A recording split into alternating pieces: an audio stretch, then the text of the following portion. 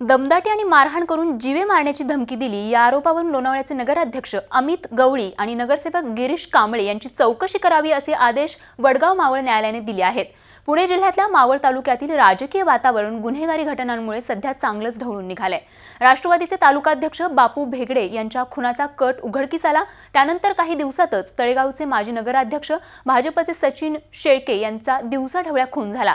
त्यातच आता जीवे मारण्याची धमकी दिली म्हणून लोणावळ्याच्या नगराध्यक्षांची चौकशी करण्याचे आदेश कोर्टाने दिले आहेत। अद्यापर्यंत पोलिसांनी काही ते तपास करून अहवाल मेहरबान कोर्टात दाखल केलेला नाही।